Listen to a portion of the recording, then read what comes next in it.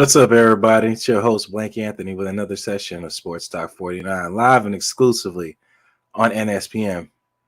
Now, before I get into talking about the post game of the Bucs versus Dolphins game, I've got something all heavy on my heart that I got to talk about.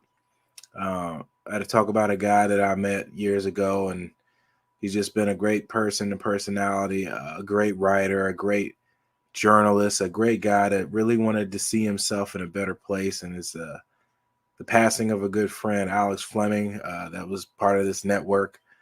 Worked with the Jacksonville Jaguars, worked with the Orlando Magic, worked with the Tampa Bay Buccaneers, was at the Pro Bowl, was at Super Bowls, covered all types of events all across the nation, NFL drafts.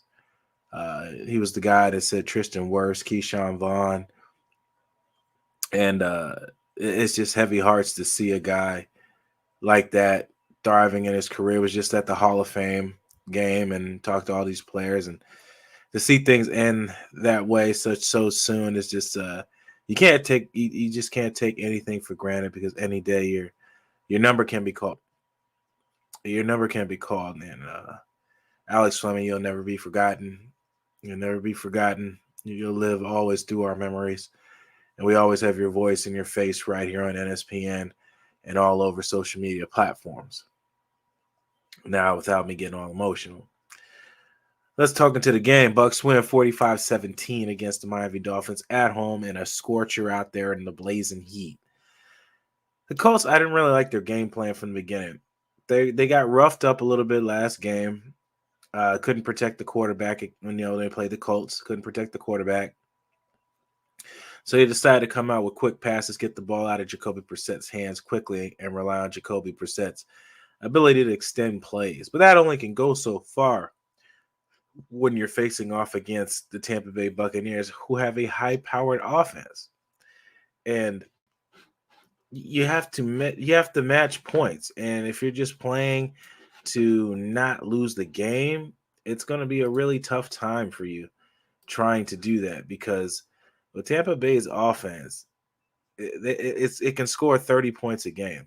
So the ability for you to match that is going to be very tough, just throwing balls underneath and not really trying to create and use guys. They like Waddle, the rookie that you drafted. I think the Colts only took shots deep under 5 times, and it's just you're not going to win very many games with a game plan like that when you're facing an offense such as the Tampa Bay Buccaneers have. Tampa Bay got to Jacoby Brissett several times, but Jacoby Brissett, over the years, it looks like he's really changed his body around and found a way to break more tackles and get the ball, because some of those plays where he got the ball away, he was dead to rights to be sacked. But Jacoby Brissett didn't have a real bad game. It just wasn't enough to win. Tom Brady has a hell of a game. 30 for 41, 411, 10 yards per passing attempt, 5 passing touchdowns with a QB rating of 144.4. And Jacoby Brissett had 27 for 39, 275 yards, 2 touchdowns, and an interception. Banning the running game, Myles Gaskin led everybody with 25 yards rushing and 5 attempts.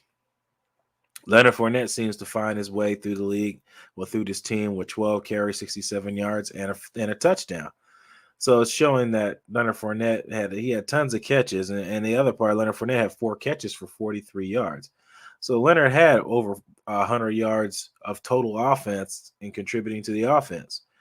And they need a pass catching back besides Giovanni Bernard. And Giovanni Bernard had 1 catch for a touchdown in this game. I believe it was just 1 catch. Yes. No, 2 catches, 14 yards, and a touchdown. The first catch was a touchdown earlier in the game. Those are the kind of backs Tom Brady's used to having. He could throw those passes right in there over the offensive line to his running back, and the running back be shifty enough to find his way into the end zone. They didn't have that ability. Tampa Bay didn't really have that ability last year with Ronald Jones and Leonard Fournette and Keyshawn Vaughn, and those guys were dropping, a lot of passes and things like that last year. Now you got Giovanni Bernard. You got those options that you can do. Dolphins, they got a long way to go. Brian Flores has got that team going in the right direction. I know they lost Tagovailoa, changes things. You got Jacoby Brissett in there.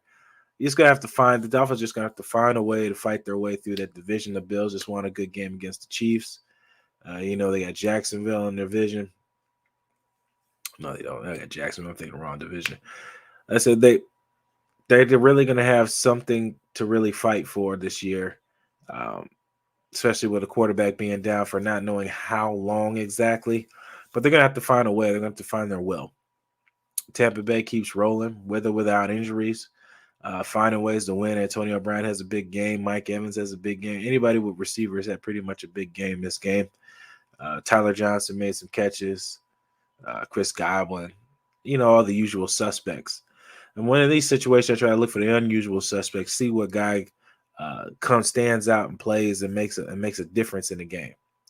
That's what I really look for in these matchups. But Tampa Bay dominates time of possession, dominates third down performances, and stops the run is usually making the team one-dimensional.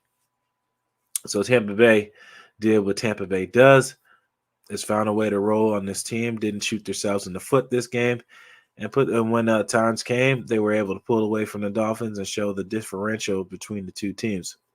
Of course, there was a time the Dolphins were winning, I believe 10-7 or something like that. But it's early in the game. One thing about the game when it starts, they're at 0-0, they're tied. So at any point, anybody could take the lead. But what can you do later on in the game to change that and change the games in your favor? But that's all I got this week. Bucks win 45-17. There's not a whole lot you can break down in this tape. I'm going to break down some top performances here with my perspective, so look forward to them. Look forward to the winning angle every week. Right there at Ducky's in South Tampa, right off Kennedy Boulevard. Check it out. NSPN broadcasting team will be out there. Peter Blakes, Jason Powers, Blake Anthony, Sports Talk 49, the Sports Web, Powers on Jason Sports. Just check it out. I just want to break that down with this game. Look forward to seeing some more stuff coming here in the next weeks when the Bucks face the Eagles. So look forward to that winning angle coming up here soon.